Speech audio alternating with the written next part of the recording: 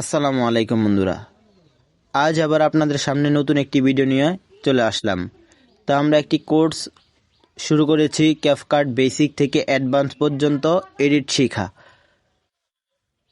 তো আমরা পূর্বে একটি ভিডিওতে আলোচনা করেছি কিভাবে ক্যাপকাট অ্যাপটি ইনস্টল করতে হয়, মোবাইলের মধ্যে সেট করতে হয়। তো আজকে হচ্ছে ক্যাপকাট বেসিক থেকে অ্যাডভান্স লেভেলের এডিটিং কোর্সের দ্বিতীয় ক্লাস। তো আজকের ক্লাসের মধ্যে চিনব আমরা ক্যাপকাট এর ইন্টারফেস, ক্যাপকাটের খুঁটিনাটি বিষয়গুলো আজকে আমরা চিনে রাখবো। তো ধারাবাহিকভাবে আমার চ্যানেলে ভিডিও আসবে, আপনারা ভিডিওগুলো দেখলে প্রফেশনাল এডিটর হয়ে যাবেন। তো চলুন আমরা ক্যাপকাট অ্যাপটি ওপেন করে নিচ্ছি। তো ক্যাপকাট অ্যাপটি আমরা ওপেন করে নিলাম। ওপেন করার পর এই যে এমন একটি ইন্টারফেস শো করবে। আপনারা কি করবেন, এখানের মধ্যে অনেকগুলো অপশন দেখতে পারবেন। যদি অ্যালাও বা পারমিশন চায় আপনারা পারমিশন দিয়ে দিবেন। যেহেতু আমি এর আগে কাজ করেছি এই জন্য পারমিশন চাচ্ছে না।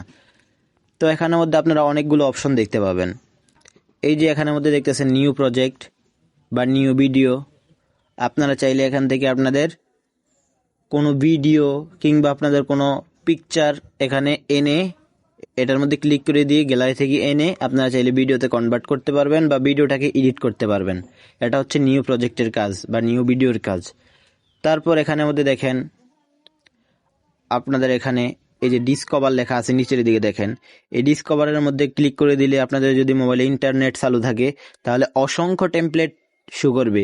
আপনারা যেই টেমপ্লেটগুলো ব্যবহার করে আপনারা নিজের ছবি দিয়ে ব্যবহার করে আপনারা ভিডিও বানিয়ে নিতে পারবেন। এই টেমপ্লেটগুলো রেডিমেড টেমপ্লেট অন্য বানিয়ে রেখেছে, আপনি চাইলে নিজের ভিডিওতে ব্যবহার করতে পারেন।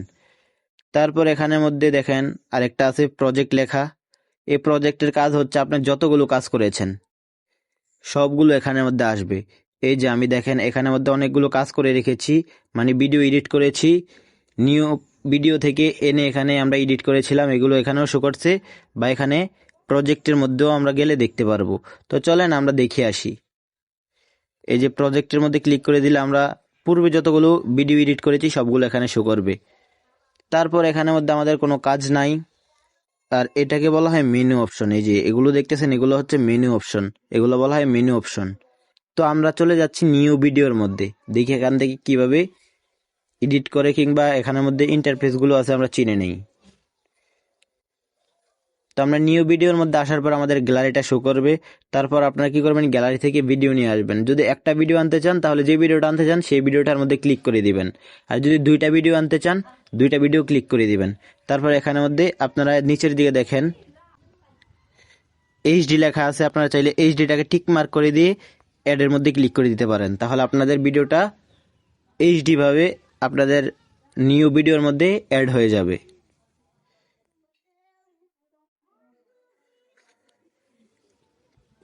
তারপর আমরা ভিডিওটা অ্যাড করে নিলাম। অ্যাড করে নেওয়ার পর এখানের মধ্যে এই যে দেখতেছেন এটাকে বলা হয় টাইমলাইন, এটাকে বলা হয় টাইমলাইন, এটা পুরোটাকে বলা হয় টাইমলাইন।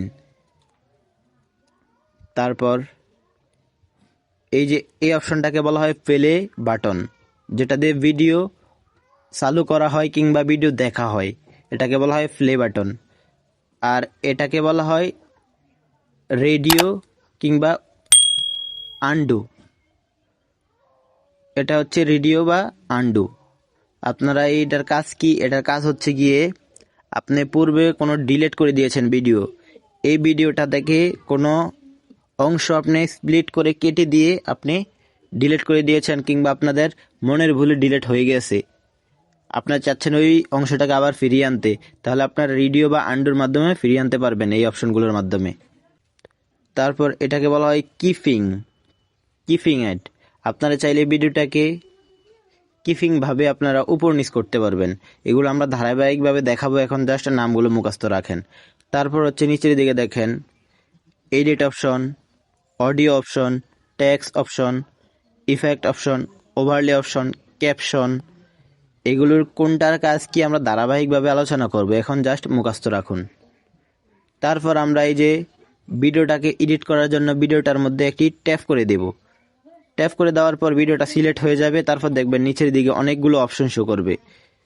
এতক্ষণ কিন্তু নিচের দিকে এই অপশনগুলো ছিল না, এখন নিচের দিকে এই অপশনগুলো শো করতেছে।